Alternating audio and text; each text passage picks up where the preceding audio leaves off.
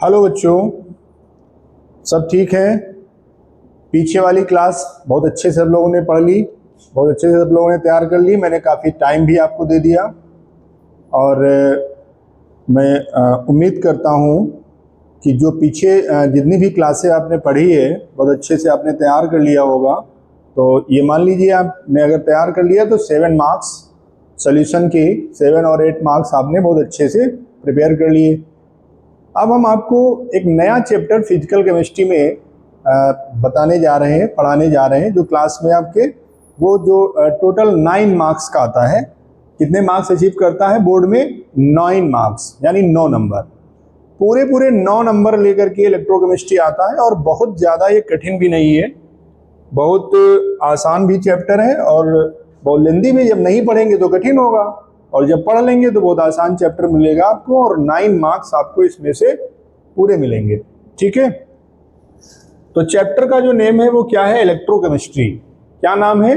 Electrochemistry.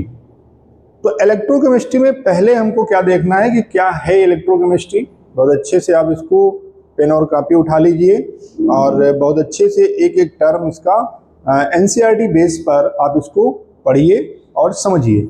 ठीक है, तो पहला जो आपका टॉपिक है वो क्या है? इलेक्ट्रोकेमिस्ट्री। तो पहले तो सबसे पहले हम चैप्टर के बारे में समझते हैं कि चैप्टर क्या बोल रहा है, क्या कह रहा है चैप्टर, क्या होती है इलेक्ट्रोकेमिस्ट्री, इलेक्ट्रोकेमिस्ट्री है क्या और क्यों हम इलेक्ट्रोकेमिस्ट्री पढ़ रहे हैं।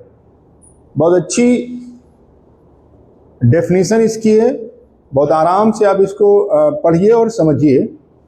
द ब्रांच ऑफ केमिस्ट्री, बहुत सिंपल सी डेफिनेशन आती है, the branch of chemistry which deals with the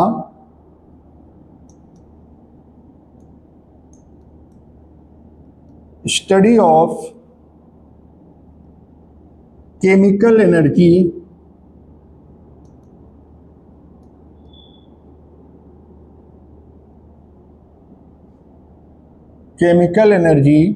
and electrical energy।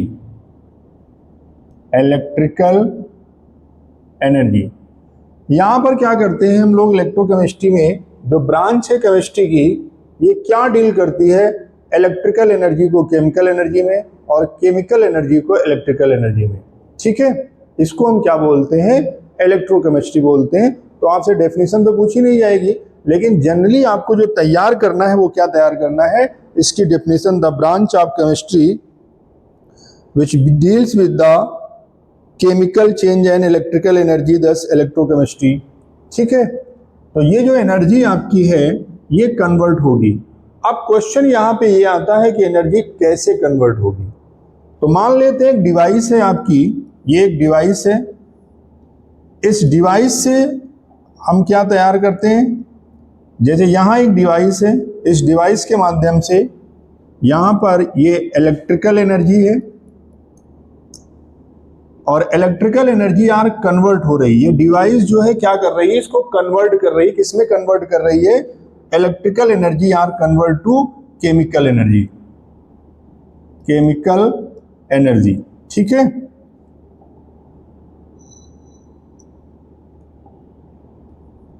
और केमिकल एनर्जी कन्वर्ट हो रही है इलेक्ट्रिकल एनर्जी में किसी डिवाइस के माध्यम से। तो आप करेंगे, जैसे मान लिया आपके अंदर इलेक्ट्रिकल एनर्जी है और वो इलेक्ट्रिकल एनर्जी आप केमिकल एनर्जी में कन्वर्ट करना चाहते हैं, तो कैसे आप कन्वर्ट करेंगे?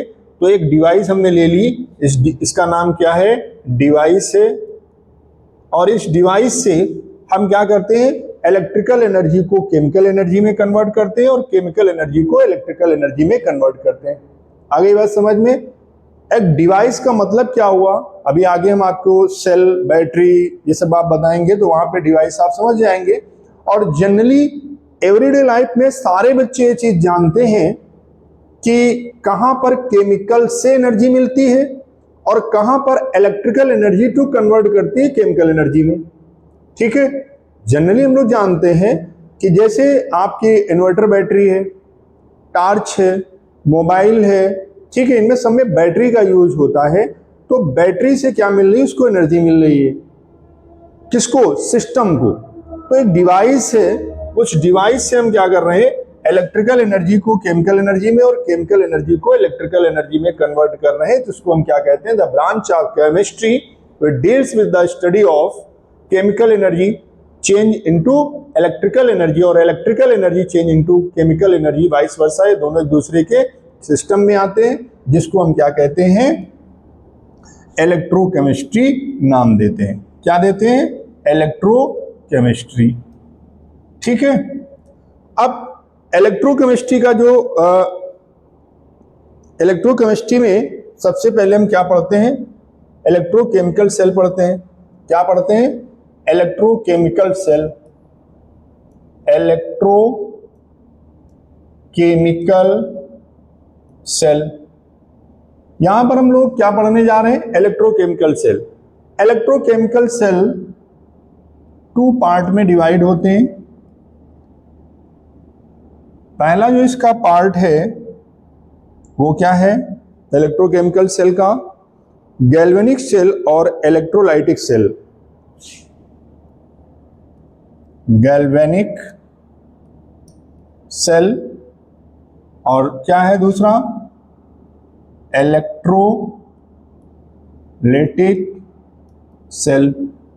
गैल्वेनिक सेल और इलेक्ट्रोलाइटिक सेल में इसको डिवाइड किया गया है, मींस इसके 2 पार्ट हो गए।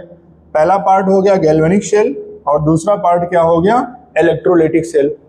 गैल्वेनिक सेल क्या है, इसके फर्दर क्लासिफाइड करेंगे इसको हम। जब फर्दर क्लासिफाइड करेंगे तो इसके 2 पार्ट आपको मिलेंगे। पहला पार्ट आपका है केमिकल सेल, केमिकल सेल, और दूसरा जो पार्ट आपका है वो क्या है, कंसंट्रेशन सेल।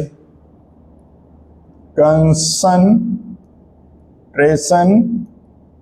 सेल। ठीक है, इतनी बात आई समझ में। भाई क्या कह रहा है कि गैल्वेनिक सेल, ये क्या है आपका, गैल्वेनिक सेल और वोल्टेइक सेल, इसको गैल्वेनिक सेल और वोल्टेइक सेल भी बोलते हैं। और इसका जो पहला पार्ट डिवाइड किया गया है वो केमिकल सेल में आता है। ये क्या है आपका, केमिकल सेल, और दूसरा है कंसंट्रेशन सेल, कंसंट्रेशन सेल। तो यहां से जो क्वेश्चन बनता है बोर्ड में, यहां से क्वेश्चन मोस्टली आपका कंपटीशन में, नीट में आपका पूछा जाता है। ज्यादातर जो क्वेश्चन है वो कॉम्पिटिटिव यहां से बनाते हैं, और ये जो क्वेश्चन है ये आपका बोर्ड में पूछा जाता है। तो सबसे पहले हम लोग टाइप्स ऑफ इलेक्ट्रोकेमिकल सेल के बारे में पढ़ते हैं कि इसको 2 टाइप में डिवाइड किया गया है। पहला है गैल्वेनिक सेल, दूसरा क्या है, इलेक्ट्रोलाइटिक सेल। क्लियर हुआ। पहले तो definition, what do you mean by electrochemistry, क्या है electrochemistry, the branch of chemistry deals with the study of chemical change, chemical energy और इलेक्ट्रिकल एनर्जी, इलेक्ट्रिकल एनर्जी और केमिकल एनर्जी। इलेक्ट्रिकल एनर्जी को chemical energy में convert कर रहे हैं और इलेक्ट्रिकल एनर्जी को केमिकल एनर्जी में, केमिकल एनर्जी को इलेक्ट्रिकल एनर्जी में कन्वर्ट कर रहे हैं। ठीक है, उसके बाद में टाइप्स हमने पढ़ लिए। क्या टाइप पढ़े, electrochemical cell, there are 2 types, galvanic cell, दूसरा क्या है, इलेक्ट्रोलाइटिक सेल। गैल्वेनिक सेल के 2 टाइप हो गए, पहला क्या हो गया, केमिकल सेल, दूसरा क्या हो गया, कंसंट्रेशन सेल। ठीक है, इतनी बात आई समझ में। अब देखिए यहां पर हम लोग सबसे पहले क्या करेंगे,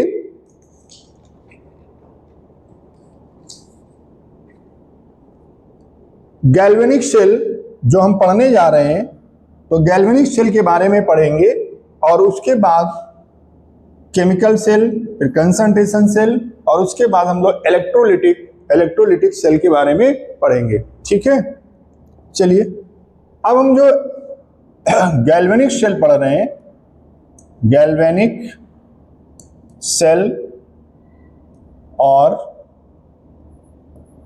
वोल्टाइक सेल, वोल्टाइक सेल। ठीक है, इसके बारे में जो हम पढ़ने जा रहे हैं, क्या होता है गैल्वेनिक सेल और क्या होता है आपका वोल्टाइक सेल। अब इसका जो एग्जाम्पल है, बेस्ट एग्जाम्पल है आपका डैनियल सेल। क्या एग्जाम्पल है आपका, डैनियल सेल, डैनियल सेल, ये आपका एग्जाम्पल है डैनियल सेल। डैनियल सेल की वर्किंग हम लोग यहां पे पढ़ेंगे कि डैनियल सेल क्या होता है, किस तरीके से काम करता है। ठीक है, तो यहां पर देखिए जो हम इलेक्ट्रोड के बारे में पढ़ेंगे, क्या इलेक्ट्रोड, तो इलेक्ट्रोड हम बनाते कैसे हैं, इलेक्ट्रोड कैसे बनाते हैं और इलेक्ट्रोड क्या है। डैनियल सेल की जो डिजाइन है वो एक तरीके से क्या है, साल्ट ब्रिज डिजाइन में आता है। किस में आता है, साल्ट ब्रिज। तो जैसे हमने सेल बनाया, तो सेल बनाने में पहले हम एक सेल बना रहे हैं, ये जैसे हमारा हो गया, एक हमने बीकर ले लिया और बीकर में, और दूसरा हमने एक बीकर ले लिया। ठीक, ये हमने एक बीकर ले लिया और इसमें हमने क्या किया, एक एक्वस सॉल्यूशन फिल कर दिया। मान लीजिए एक्वस सॉल्यूशन हमने कॉपर सल्फेट का डाल दिया, ये कॉपर सल्फेट का एक्वस सॉल्यूशन यहां पे फिल कर दिया।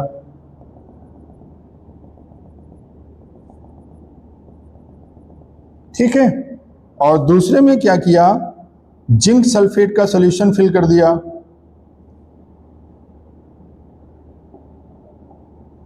इसमें हमने जिंक सल्फेट का सॉल्यूशन फिल कर दिया। तो यहां पर करते क्या है, जिंक सल्फेट के सॉल्यूशन में जिंक की राड डाल दी, ये,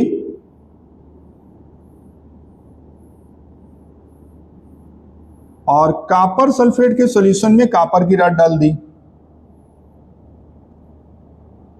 कॉपर सल्फेट का जो सॉल्यूशन लिया उसमें हमने कॉपर की राड डाल दी, ये कॉपर की राड इसमें डाल दी।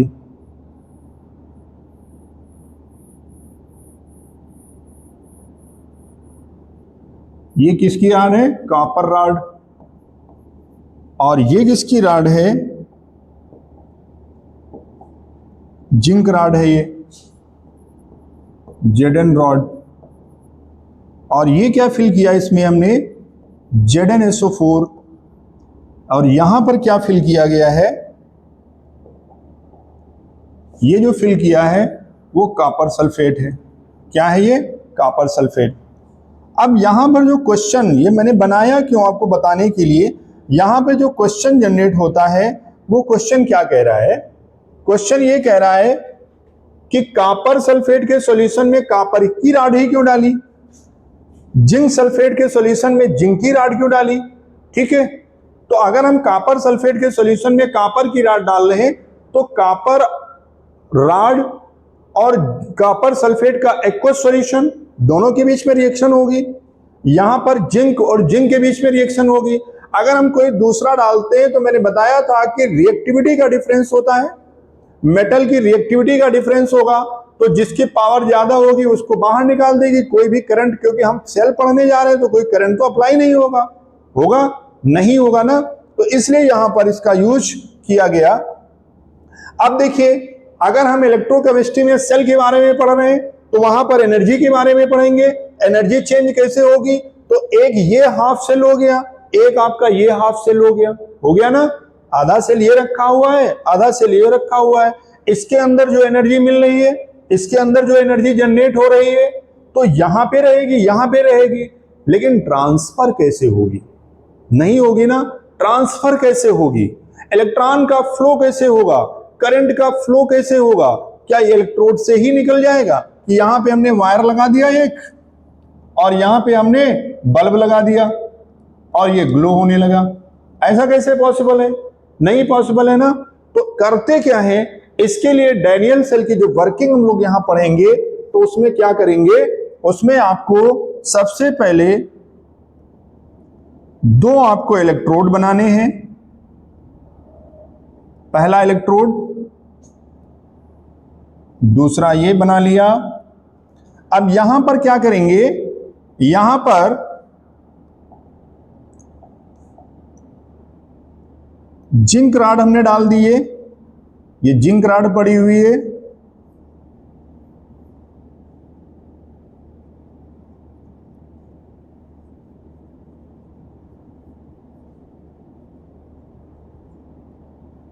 और यहां पर क्या किया, कॉपर रॉड मिला दी,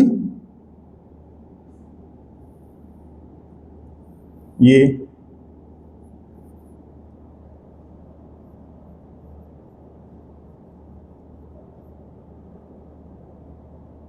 यहां पर कॉपर सल्फेट का सॉल्यूशन फिल कर दिया,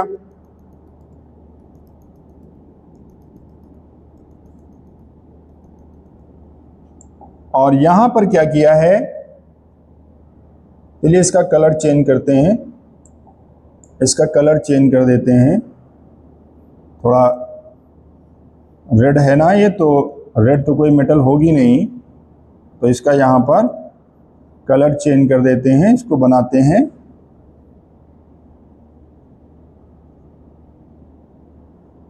और ये हमने जिंक सल्फेट का सॉल्यूशन फिल कर दिया।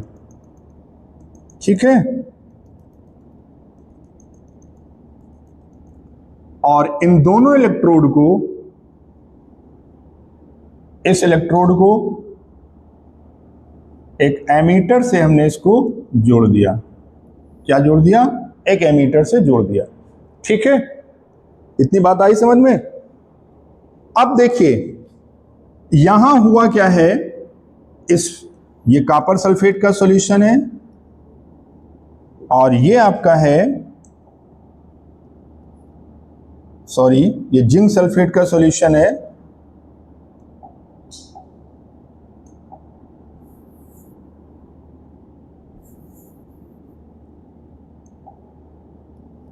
ZnSO4, और यहां पर आपका है CuSO4।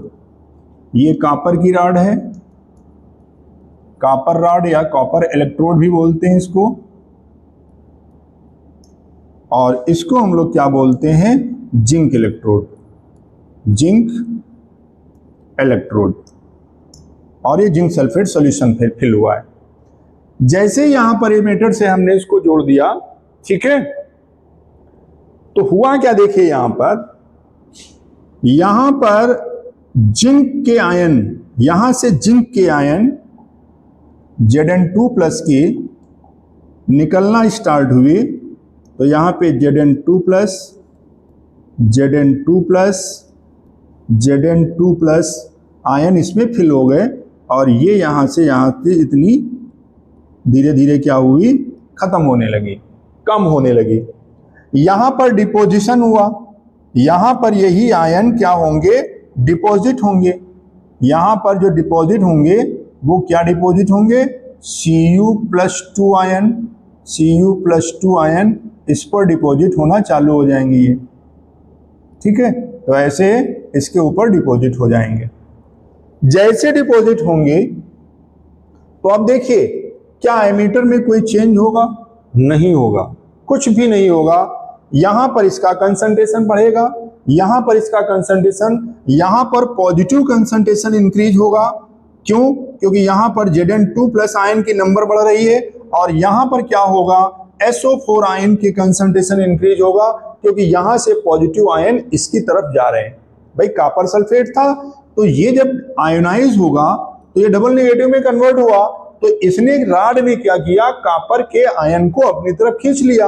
अब इसके अंदर जो बच रहा है वो क्या बच रहा है, सल्फेट, तो नेगेटिव आयन बच रहा है ना, तो नेगेटिव कंसंट्रेशन बढ़ रहा है। यहां पर क्या हुआ, ZnSO4 था, तो Zn2 प्लस आयन यहां पर बढ़े, तो Zn2 प्लस यानी कैटायन का कंसंट्रेशन बढ़ गया। यही तो हुआ। इतनी चीज समझ में आई कि नहीं आई? अब क्या देखना है, यहां पर इसको बनाया गया एनोड, और ये लिया गया आपका नेगेटिव, और इसको बनाया गया कैथोड, और ये क्या लिया गया, पॉजिटिव। ठीक है, तो इन दोनों की वर्किंग को करने के लिए, इन दोनों के कंसंट्रेशन को इक्वल करने के लिए, ताकि लंबे समय तक इस मैकेनिज्म को किया जा सके, तो इसमें एक यू टाइप की नली डाल दी गई। ये इन दोनों को कनेक्ट कर दिया गया, जिससे क्या हुआ, सर्किट आपका कंप्लीट हो गया। ये सर्किट आपका कंप्लीट हो गया। ठीक है, अब इसके अंदर जो फिल किया गया वो इनर्ट सॉल्वेंट, जैसे KNO3, अमोनियम नाइट्रेट, ये इनर्ट सॉल्वेंट इसके अंदर फिल कर दिए गए। क्या फिल किए गए? Inert solvent. इनको क्या नाम दिया गया? Inert solvent. ये फिल किए गए और किसके साथ मिला करके? अगर अगर का सॉल्यूशन में मिला करके पेस्ट, और यहां पर इसको क्लोज कर दिया गया ऐसे।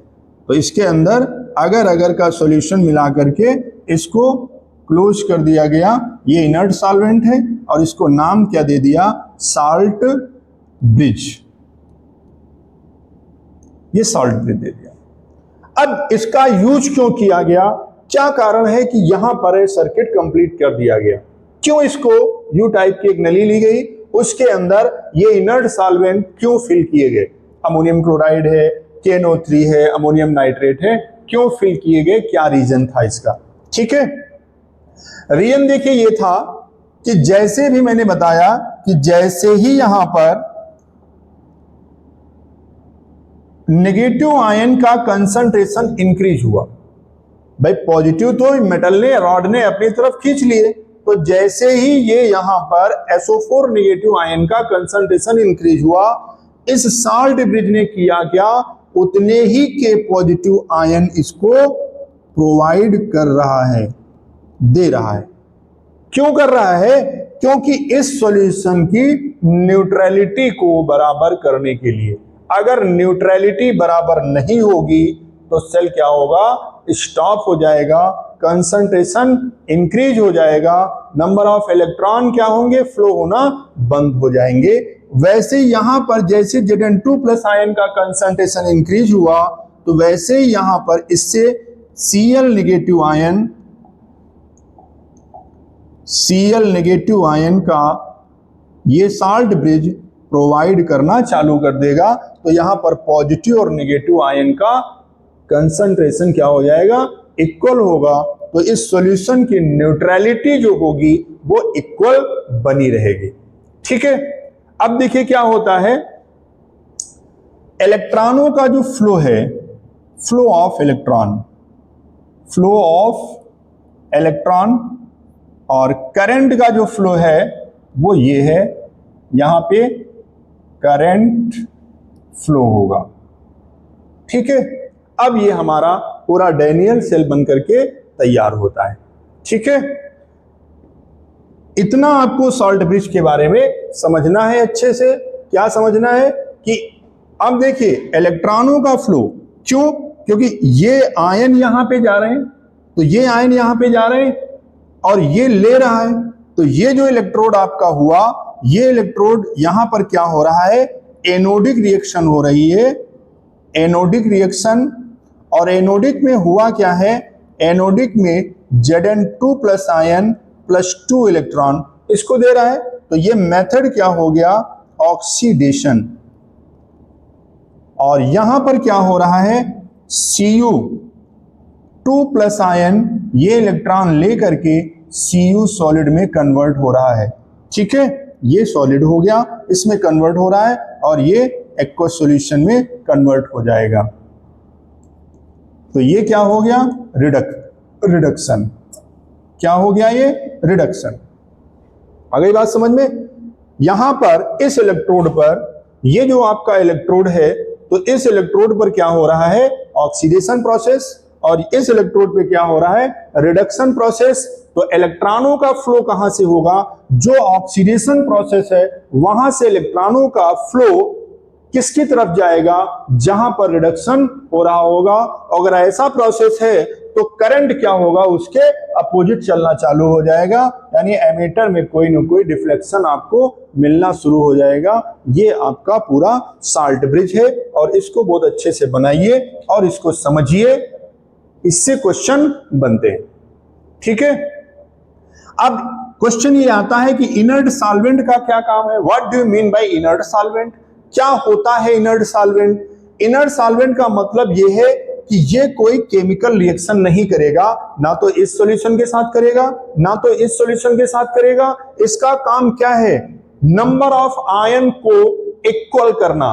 क्या काम है इसका? नंबर ऑफ आयन को इक्वल करना, क्योंकि इस सॉल्यूशन की, इस पूरे सॉल्यूशन की न्यूट्रलिटी को इक्वल करना इसका काम है।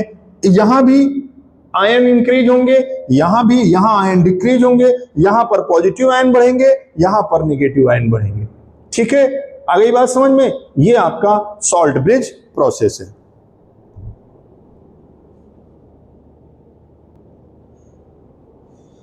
नोट कर लिया ना, इसको कंप्लीट कर लिया। अब जब आपने इसको कंप्लीट कर लिया तो आप देखिए यहां पर इसी सेल का जो प्रोसेस आपका होगा रिप्रेजेंटेशन,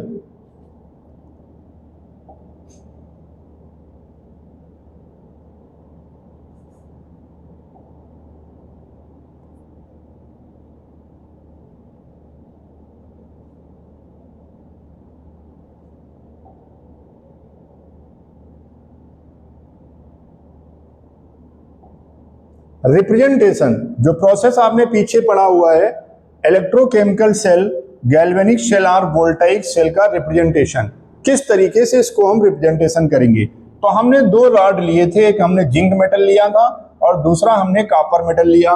तो एनोडिक जो रिएक्शन हुई, एनोडिक जो इसका पार्ट है वो क्या है, इसका एनोडिक पार्ट यहां पर जिंक सॉलिड में था, इसने क्या किया, Zn2+ एंड प्रोवाइड 2 इलेक्ट्रॉन। इस प्रोसेस को हम क्या कहते हैं, ऑक्सीडेशन। क्या बोलते हैं इसको, ऑक्सीडेशन। और कैथोडिक जो प्रोसेस है, कैथोडिक पार्ट, वहां पर क्या हुआ, copper 2+ are gain of 2 electron are converted to Cu solid. तो इस प्रोसेस को हम क्या बोलते हैं, रिडक्शन। क्या बोलते हैं, रिडक्शन। ठीक है, तो जब हम इस प्रोसेस को रिडक्शन बोल रहे हैं तो यहां पर जो सेल रिएक्शन हो गई, वो जो सेल रिएक्शन आपकी हुई, वो सेल रिएक्शन क्या होगी, सेल रिएक्शन क्या हो जाएगा, सेल रिएक्शन में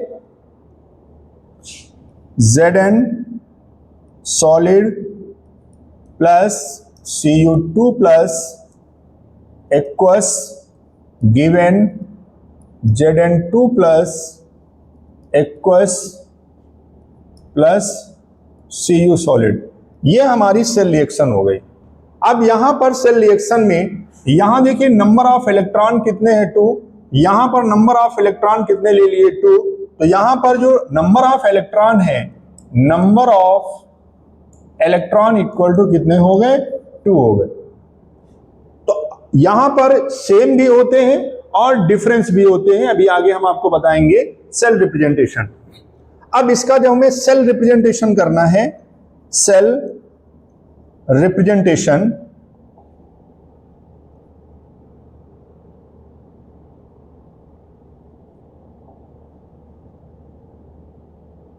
इसको नोट कर लीजिए पहले, फिर इसका सेल रिप्रेजेंटेशन बताते हैं। नोट कर लिया इसको। अब देखिए इसका जो सेल रिप्रेजेंटेशन है वो क्या है, दोनों रिएक्शन थी। एक रिएक्शन आपने क्या ली, आपने जो रिएक्शन ली थी वो रिएक्शन क्या थी, Zn सॉलिड Cu2+ एक्वस, तो कन्वर्ट किसमें हो गया, Zn2+ aqueous plus Cu solid. अब इसका जो सेल रिप्रेजेंटेशन हुआ, सेल रिप्रेजेंटेशन क्या होगा, एनोड और कैथोड। तो एनोड में क्या हो रहा है, ऑक्सीडेशन। तो ऑक्सीडेशन किसमें हो रहा है, इसमें हो रहा है। ये जो सिंगल लाइन है आपकी, ये क्या रिप्रेजेंट करती है, इलेक्ट्रोड को। फिर उसके बाद में 2 वर्टिकल लाइन, फिर क्या हो गया, Cu2+, फिर एक लाइन, फिर Cu सॉलिड। ये आपका हो गया, ये आपका हो गया एक्वस, ये हो गया आपका एक्वस। ठीक है, अब देखिए क्या है, क्या कह रहा है, ये आपका हो गया एनोड और ये हो गया आपका कैथोड। एनोड पर क्या होता है, ऑक्सीडेशन, ये आपको याद रखना है। और कैथोड पे क्या होता है, रिडक्शन। एनोड पे क्या हो रहा है, ऑक्सीडेशन, और कैथोड पे क्या हो रहा है, रिडक्शन।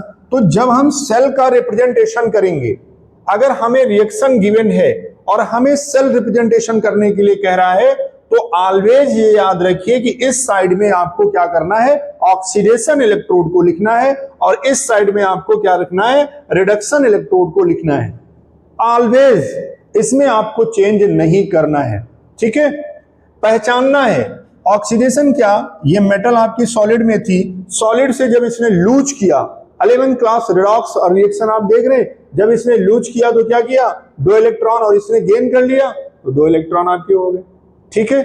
आ गई बात समझ में, cell representation of electrochemical cell. दूसरा देखिए रिप्रेजेंटेशन, अगर हमें दूसरी तरीके से क्वेश्चन में लिखा मिल रहा है, तो दूसरा जो रिप्रेजेंटेशन है वो ये रिप्रेजेंटेशन है।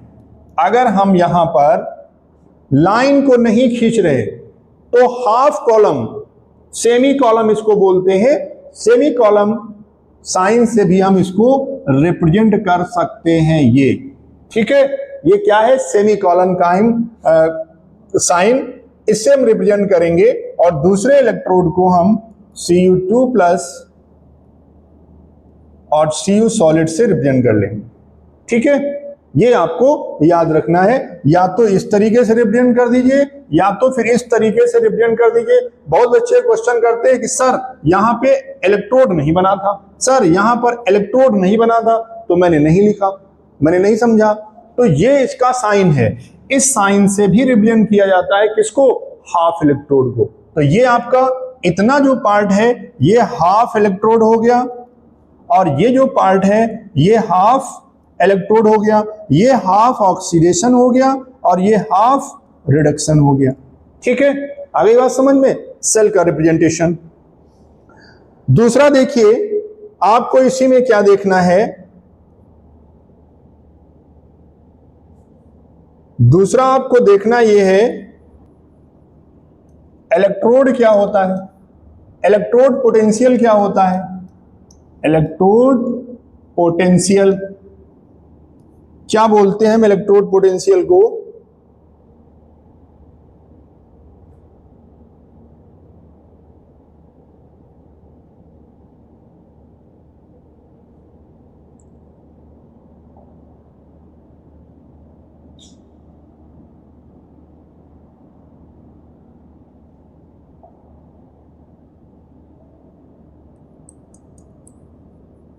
इलेक्ट्रोड पोटेंशियल, इलेक्ट्रोड पोटेंशियल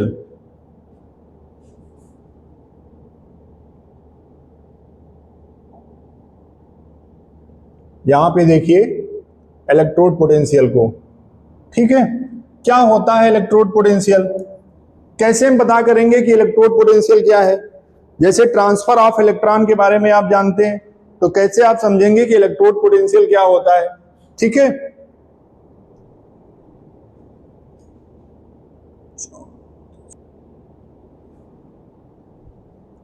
कैसे हम इसको समझेंगे कि इलेक्ट्रोड पोटेंशियल क्या होता है। तो चलिए इलेक्ट्रोड पोटेंशियल के बारे में हम लोग समझ रहे हैं। अभी आपने क्या पढ़ा हुआ था, अभी हमने आपको बताया था, जैसे जिंक मेटल की बात हमने की थी, तो Zn2 plus 2 electron. Copper metal की बात की थी, तो कॉपर ने 2 इलेक्ट्रॉन लेकर के किसमें कन्वर्ट हो गया, कॉपर में कन्वर्ट हो गया। तो ट्रांसफर ऑफ इलेक्ट्रॉन, भाई ये जो इलेक्ट्रॉन आपके ट्रांसफर हो रहे हैं, जैसे यहाँ पे इलेक्ट्रोड पड़ा हुआ है, और ये यहाँ पर Zn2 प्लस आयन का कंसंट्रेशन बढ़ा रहा है, और यहाँ पर क्या हो रहा था, इलेक्ट्रोड डाला तो इसकी ओर कॉपर मेटल जा रही थी, तो यहाँ पर SO4 नेगेटिव आयन का कंसंट्रेशन इंक्रीज हो रहा था ना। तो इन दोनों के बीच में, इलेक्ट्रोड और इसके बीच में कुछ डिफरेंस नजर आया होगा ना। जो डिफरेंस है उसको मेजरमेंट करेंगे कि आयन इसके अंदर गए, आपके बॉडी के अंदर कोई चीज डाल दी जाए तो आपके बॉडी से निकाल ली जाए, दो चीजें हो सकते हैं, या तो देना या फिर लेना। तो अगर हम इसको दे रहे हैं या फिर इससे हम ले रहे हैं, तो कोई ना कोई दोनों के बीच में क्या होगा, डिफरेंस नजर आएगा।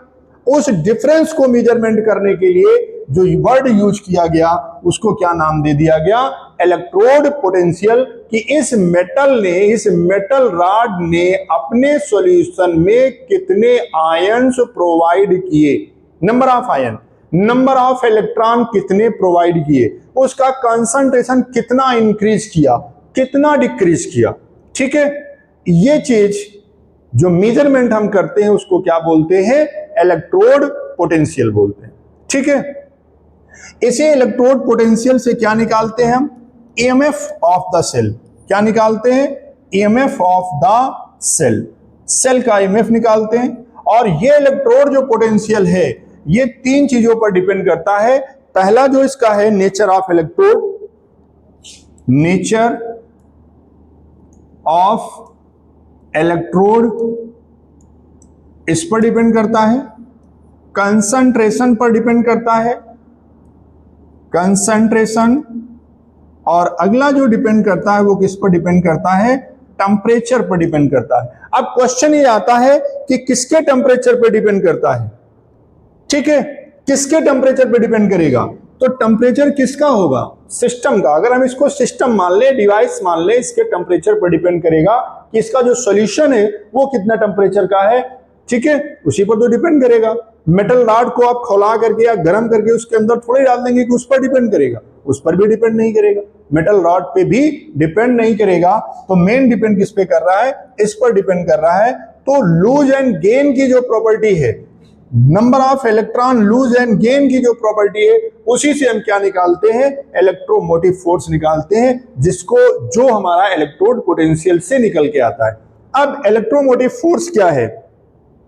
इलेक्ट्रोमोटिव जो फोर्स आपका है, जो रेफरेंस इलेक्ट्रोड से निकल के आता है, उसको हम ईएमएफ ऑफ द सेल बोलते हैं। और ईएमएफ ऑफ द सेल को हम ई सेल के नाम से रिप्रेजेंट करते हैं। और ये हमारा होता है ये कैथोड माइनस ई एनोड। ठीक है, अब ये कैथोड क्या है, एनोड क्या है, इसको हम लोग ER माइनस EL से भी रिमेजरमेंट कर सकते हैं।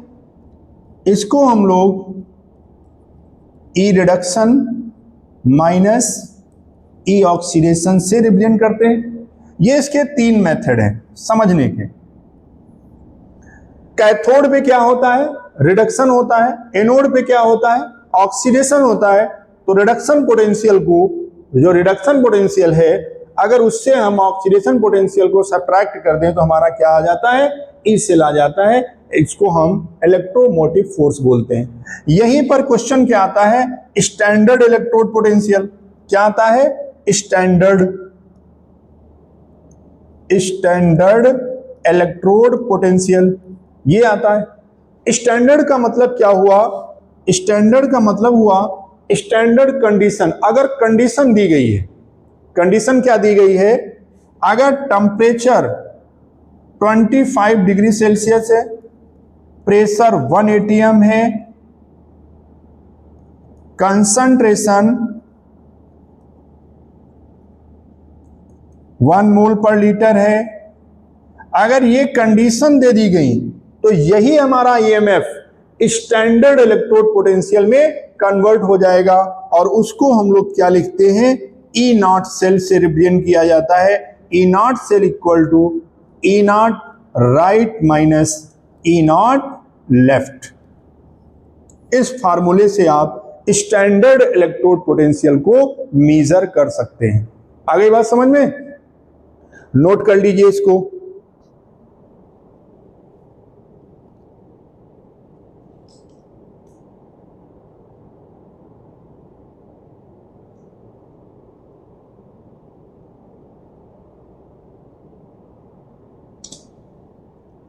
दूसरी चीज यहां पर आप ये देखिए, अगर हमारा ये दिया गया है ई सेल, तो ई सेल के लिए ई राइट माइनस लेफ्ट तो हम पढ़ते हैं, लेकिन अगर आप चाहें इसको तो एनोड प्लस कैथोड भी पढ़ सकते हैं। क्या पढ़ सकते हैं? ई एनोड प्लस ई कैथोड। तो अगर आप मैथमेटिक्स आपको आती है तो जब आप ये वैल्यू रखेंगे, ये वैल्यू दोनों सेम आ जाएंगी। क्या आ जाएंगी? सेम। एनोड पर क्या हो रहा है और कैथोड पर क्या हो रहा है।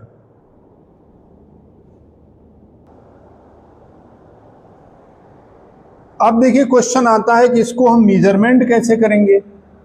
मेजरमेंट कैसे करेंगे? How to measurement? अब देखिए मेजरमेंट करने के लिए क्या है, कि जैसे हमें Zn2 प्लस का इलेक्ट्रोड पोटेंशियल मेजरमेंट करना है, ठीक है। किसके अकॉर्डिंग करना है? अगर हमको 2H प्लस H2 के अकॉर्डिंग करना है, ये हमको एक सेल दे दिया गया है 2H प्लस और H2, इसके अकॉर्डिंग करना है। तो कैसे मेजरमेंट करेंगे स्टैंडर्ड इलेक्ट्रोड पोटेंशियल? अब देखिए हमें जो वैल्यू दी गई है वो क्या है, Zn2 प्लस, और Zn की जो इलेक्ट्रोड पोटेंशियल 0.76 है, इसका जो दिया गया। तो अगर हम इसको मेजरमेंट करेंगे, इतना वोल्ट दे दिया गया, अब हम इसको मेजरमेंट करेंगे। हाइड्रोजन का जो इलेक्ट्रोड पोटेंशियल है वो हमारे पास है 0.00 वोल्ट, ये हमारे पास दो हैं।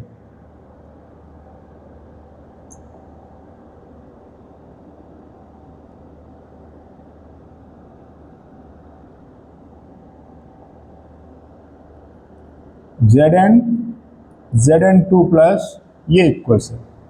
तो हम EMF करने के लिए क्या, स्टैंडर्ड EMF ई सेल जब निकालेंगे तो क्या लिखेंगे, ई राइट माइनस ई लेफ्ट, ये तो लिखेंगे फार्मूला। राइट पे क्या हो रहा है, रिडक्शन हो रहा है, इसकी वैल्यू क्या है 0, माइनस प्लस 0.76, तो क्या वैल्यू आ गई, माइनस 0.76 वोल्ट ई सेल आ गया इसका। इस तरीके से हम इसको मेजरमेंट कर लेंगे, ठीक है। हाइड्रोजन का जो इलेक्ट्रोड पोटेंशियल है, वो हाइड्रोजन का जो इलेक्ट्रोड पोटेंशियल होता है वो दोनों तरफ इक्वल होता है। हाइड्रोजन इलेक्ट्रोड पोटेंशियल, ठीक है।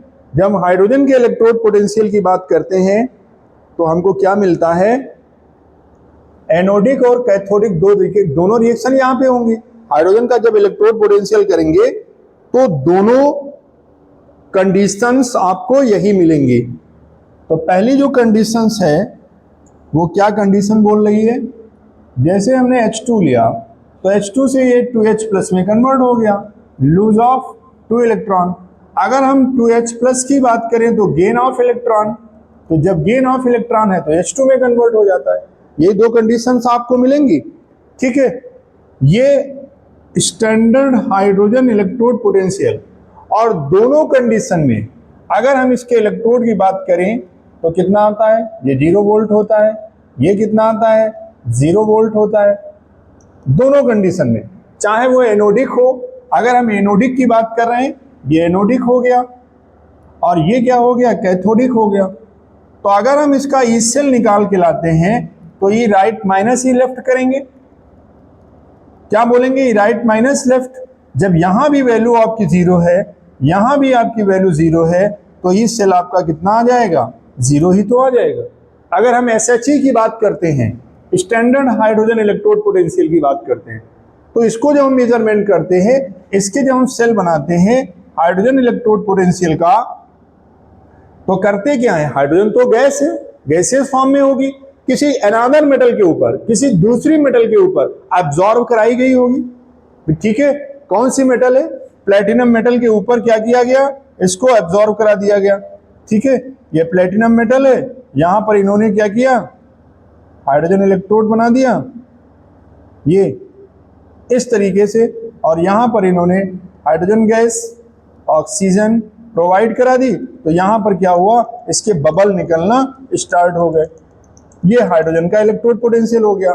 इसके ऊपर हाइड्रोजन गैस एब्जॉर्ब्ड है, ये क्या है, पीटी मेटल है, प्लेटिनम मेटल का यूज किया गया। तो जब भी हाइड्रोजन का इलेक्ट्रोड लिखा आपको मिलता है, वो देखिए सबसे पहले क्या देते हैं, पीटी, क्या दे देते हैं, पीटी, और फिर दे दिया H2 और H प्लस, इस तरीके से लिखा मिलता है। तो यहां पर जो इसका जो कंसंट्रेशन टर्म होगा, जो कंसंट्रेशन टर्म है वो किसमें है, ATM में। प्रेशर दिया जाता है, क्यों, क्योंकि गैस है, ठीक है। इसलिए यहां पर हाइड्रोजन का जो इलेक्ट्रोड पोटेंशियल आपको मिलेगा वो क्या हो जाएगा, 0 0 हो जाएगा। अब 10th क्लास में आपने इलेक्ट्रोकेमिकल सीरीज देखी है। इलेक्ट्रोकेमिकल सीरीज में क्या है, जो केमिकल सीरीज है, इलेक्ट्रोकेमिकल सीरीज, देखिए बुक में देख लीजिए, अगर आप एनसीईआरटी बुक देखते हैं तो एनसीईआरटी बुक में क्या होगा, यहां पर सेंटर में देखिए, ये यहां पर H2 होगा और इसके ऊपर पॉजिटिव मेटल होंगी और इसके नीचे क्या होगा, नेगेटिव मेटल होंगी। अगर हम एनसीईआरटी बुक में देखते हैं, अगर हम कोई रेफरेंस बुक में देखते हैं तो हाइड्रोजन यहीं पर होगा, कहां पर होगा, H2 यहां पर होगा और H2 के ऊपर नेगेटिव होगा इलेक्ट्रोड पोटेंशियल और यहां पर क्या होगा, पॉजिटिव इलेक्ट्रोड पोटेंशियल। ठीक है, तो जो नेगेटिव इलेक्ट्रोड पोटेंशियल है वो लिथियम का है। अगर हम लिथियम की बात करते हैं तो -3.04 वोल्ट। अब यहां से क्या होगा, यहां से डिक्रीज होना चालू हो जाएगा और डिक्रीज होते होते यहां पर क्या आ जाएगा, 0 कंडीशन में पहुंच जाएगा। किस कंडीशन में पहुंच जाता है, 0 कंडीशन में पहुंच जाता है।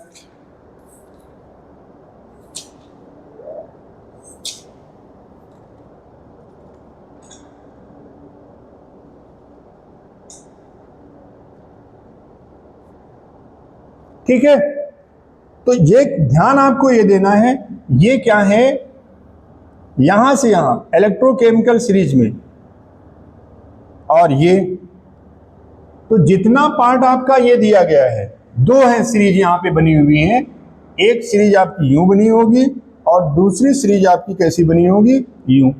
अब देखिए, oxidizing and reducing power, oxidizing and reducing power, तो अगर हम इलेक्ट्रोकेमिकल की बात करते हैं तो दो तरीके से आपको तैयार करना है। एक मेथड आपका क्या है, ऊपर वाला, यानी जितना ज्यादा नेगेटिव होगा, जितना ज्यादा नेगेटिव मेटल होगी, यानी उसका नेगेटिव इलेक्ट्रोड पोटेंशियल जितना ज्यादा होगा, वो पॉजिटिव वाले को उसके सॉल्यूशन से रिड्यूस कर देगा।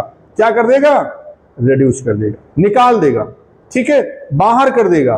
तो पोटेंशियल, अब यहां पर नेगेटिव अगर पॉजिटिव दिया गया है तो आसानी से हम समझ जाते हैं, लेकिन अगर नेगेटिव नेगेटिव दिया गया है, पॉजिटिव पॉजिटिव दिया गया है, तो जिसका ज्यादा होगा ये इलेक्ट्रोड पोटेंशियल यानी वोल्ट E0 की वैल्यू जितनी ज्यादा होगी, उसको वो मेटल दूसरे को उसके इक्वल सॉल्यूशन से क्या कर देगी, रिप्लेस कर देगी। ये आपको ध्यान देना है। तो यहां पर ऑक्सीडाइजिंग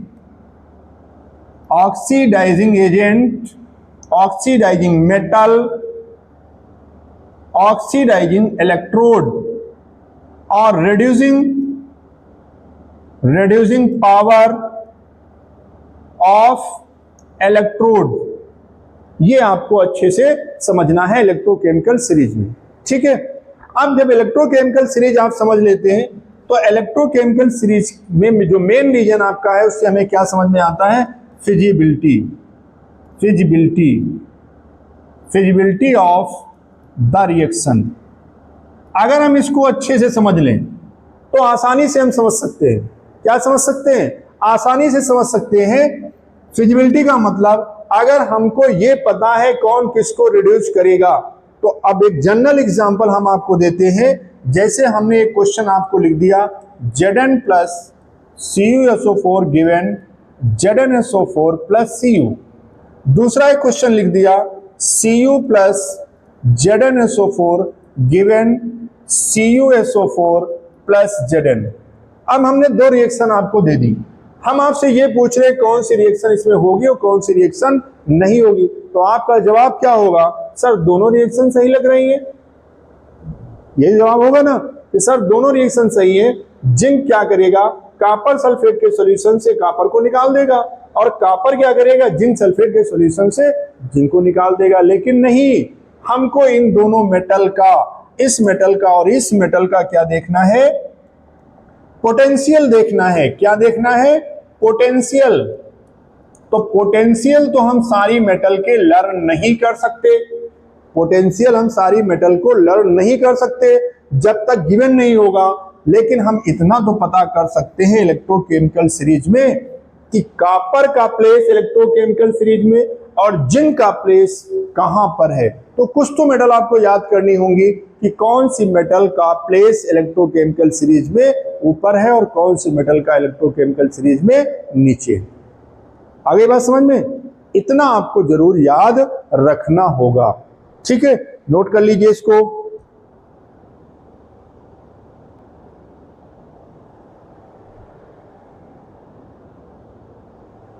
अब देखिए, जब हमको इतनी चीजें तैयार हो गई सब ये, तो हम आगे चलते हैं।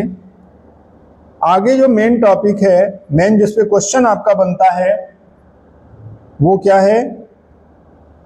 यहां पे क्वेश्चन बनता है नर्स इक्वेशन। इसको जनरली हम लोग नर्स इक्वेशन के नाम से जानते हैं। किस नाम से जानते हैं? नर्स इक्वेशन के नाम से जानते हैं। Electrode and cell potential, electrode and cell potential, electrode and cell potential के बीच में एक रिलेशन बताया। किसने? नर्स ने। तो ये इक्वेशन जो उन्होंने दी उसी का नाम दे दिया गया Nernst equation.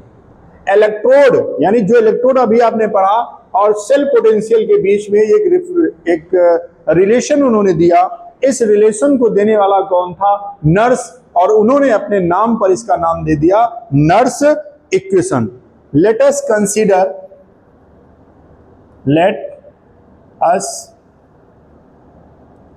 Consider a chemical reaction. एक केमिकल रिएक्शन है और उसी के बेस पर पहली जो केमिकल रिएक्शन है वो क्या हो गई? M1 उसका कंसंट्रेशन हो गया, M1A plus M2B given N1। अब दूसरी तरफ प्रोडक्ट जो आप ले रहे हैं वो क्या ले रहे हैं?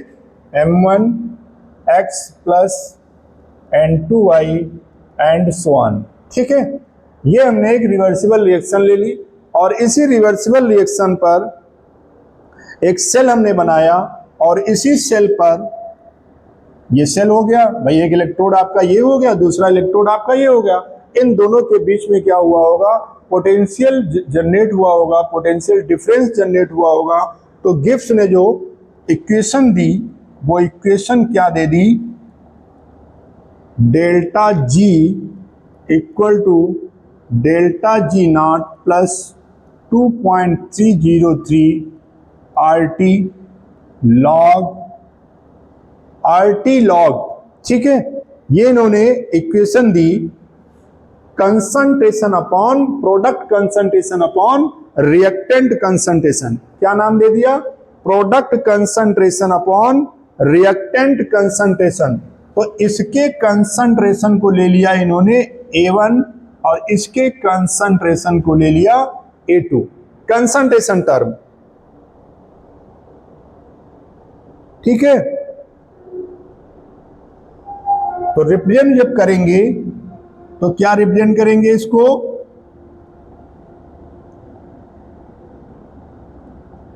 यहां पे देखिए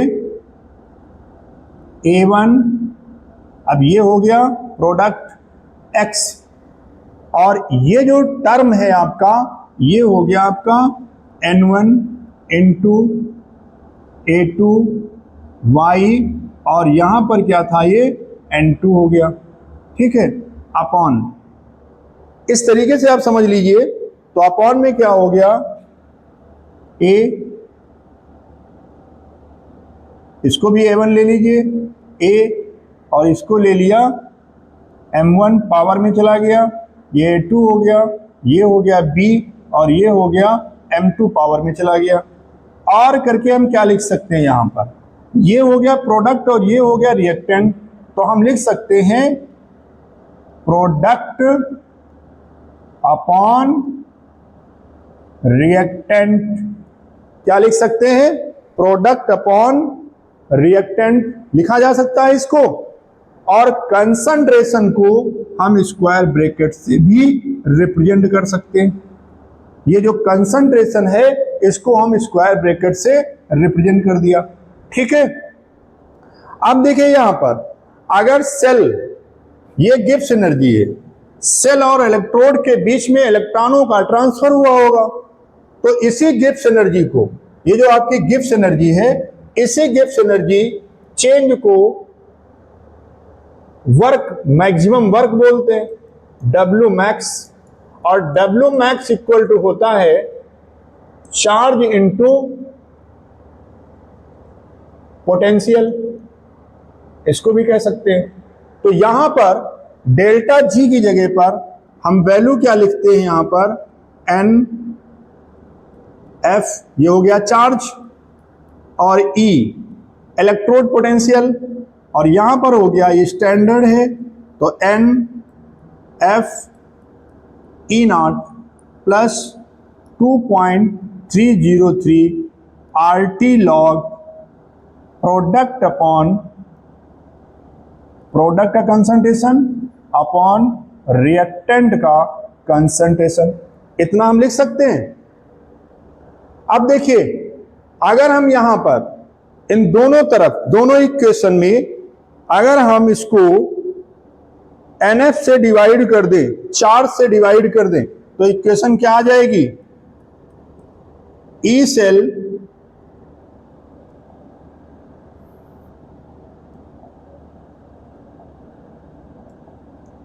तो इक्वेशन उनको क्या मिलेगी, E equal to E not cell plus 2.303 RT upon NF, ये तो मिल जाएगी। अगर हम NF से डिवाइड कर दें इसको, तो हमको क्या मिल जाएगा, यही तो मिलेगा।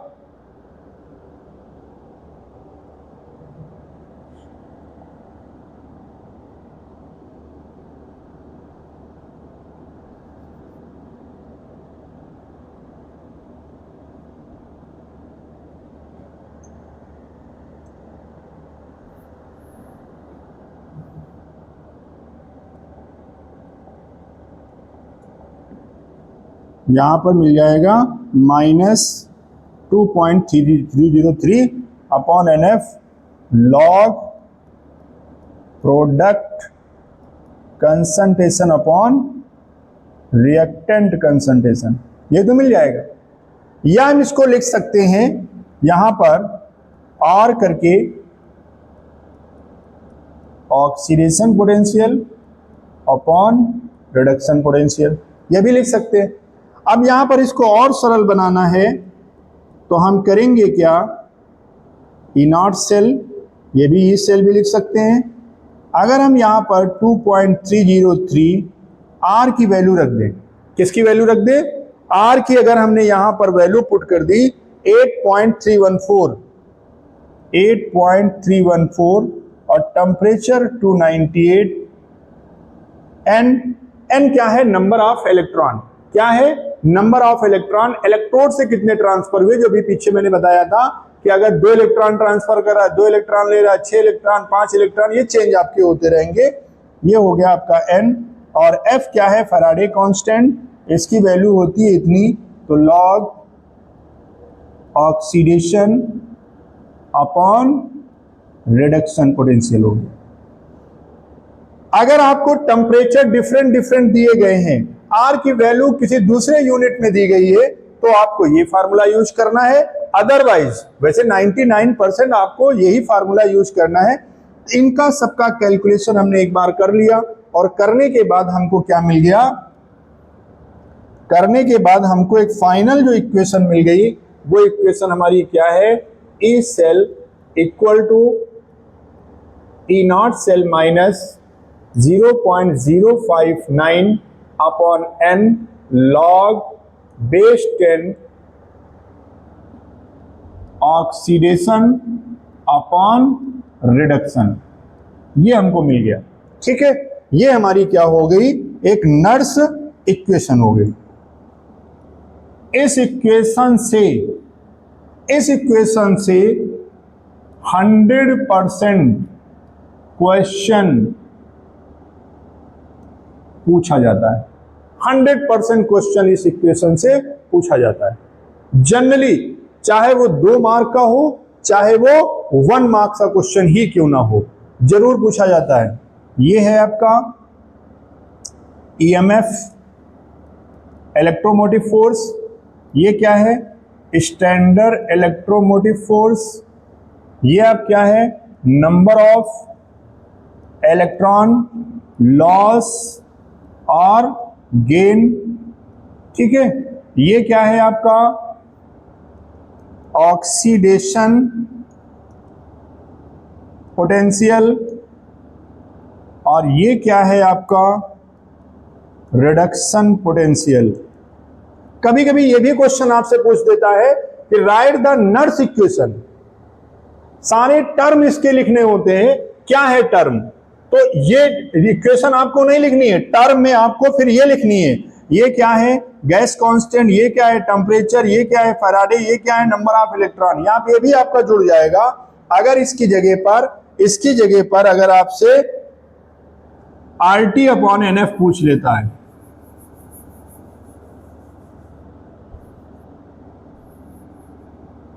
इसकी जगह पर अगर आपसे RT/NF पूछ लेता है 2.303 RT/NF ये दिया गया है, तो यहां पर क्या करना है? ये क्या है? Gas constant.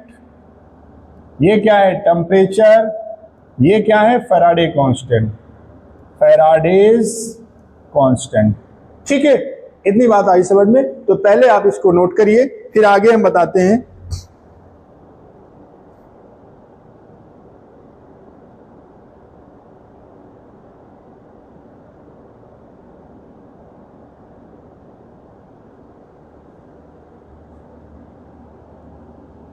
अब देखिए, इसी में जो क्वेश्चन आता है वो किस पे आता है?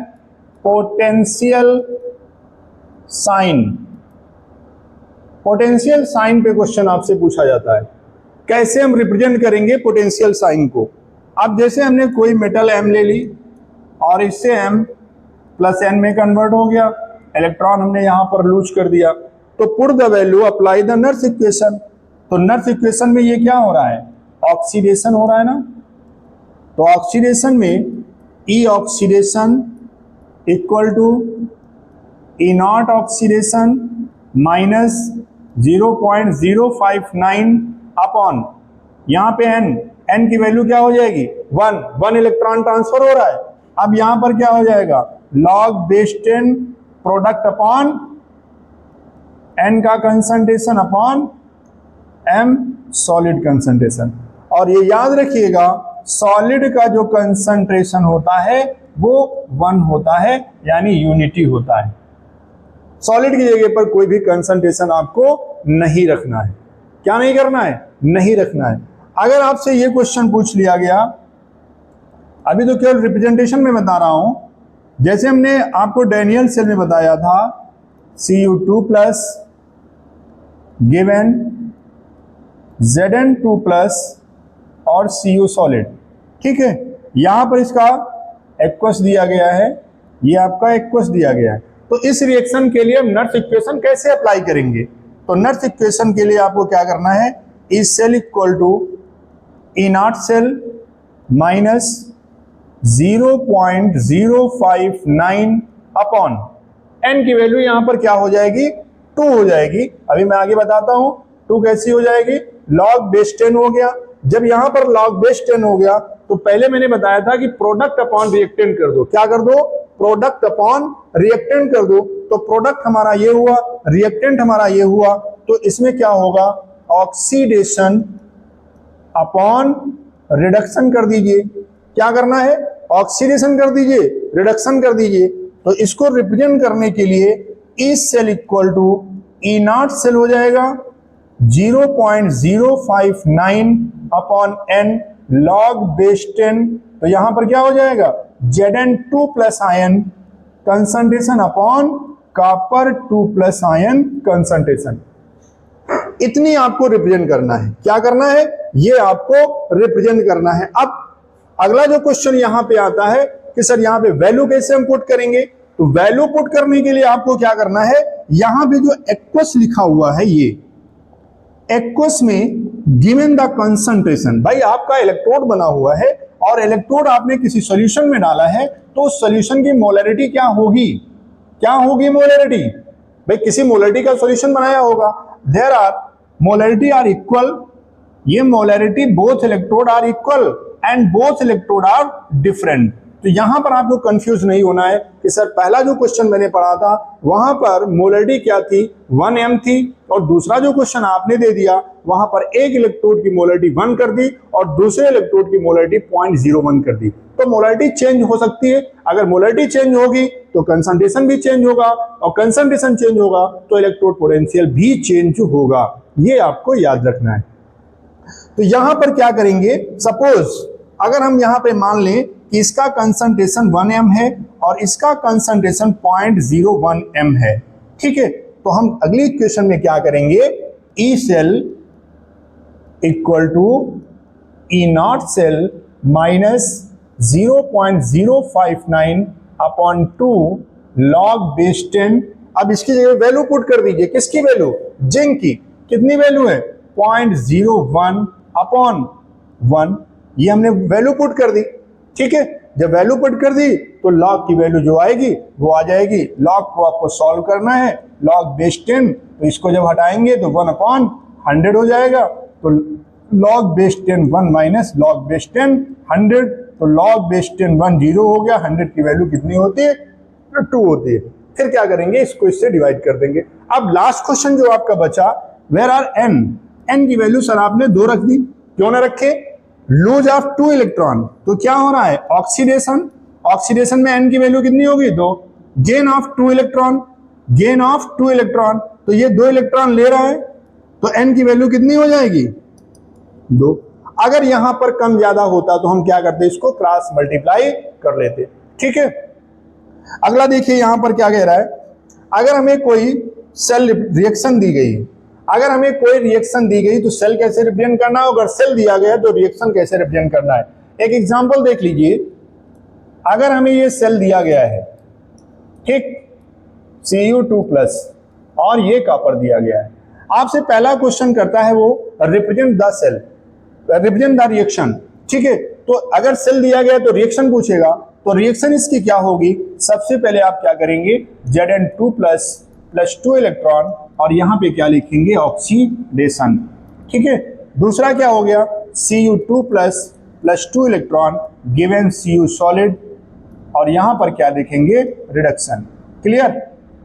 दूसरी चीज यहां पे आपको ये देखनी है कि सर आपको कैसे पता चल गया, तो मैंने अभी जब साल्ट ब्रिज बताया था, तो always remember you this side means left side anode होता है, और एनोड पर क्या होता है, ऑक्सीडेशन होता है, और ये क्या है, कैथोड है, और कैथोड पे क्या होता है, रिडक्शन होता है, ठीक है। तो सेल लिखने का तरीका ये, अगर आपको ये दिया गया है तो सेल बनाना ऐसे बना लीजिए, अगर ये आपको दिया गया ये बनाना है तो इस तरीके से कर लीजिए, ठीक है। इतनी बात आपको समझ में आ गई है, अगर इतनी बात आपको समझ में आ गई है तो ये मान लीजिए 3 नंबर आपके बिल्कुल क्लियर है, इसमें कोई डाउट नहीं है। अभी हम न्यूमेरिकल जब कराएंगे तो वहां different types of value n, similar, dissimilar और कंसंट्रेशन, दोनों के न्यूमेरिकल अगली ही क्लास में आपको न्यूमेरिकल मिलेंगे, उसके बाद आपको थ्योरी, ठीक है।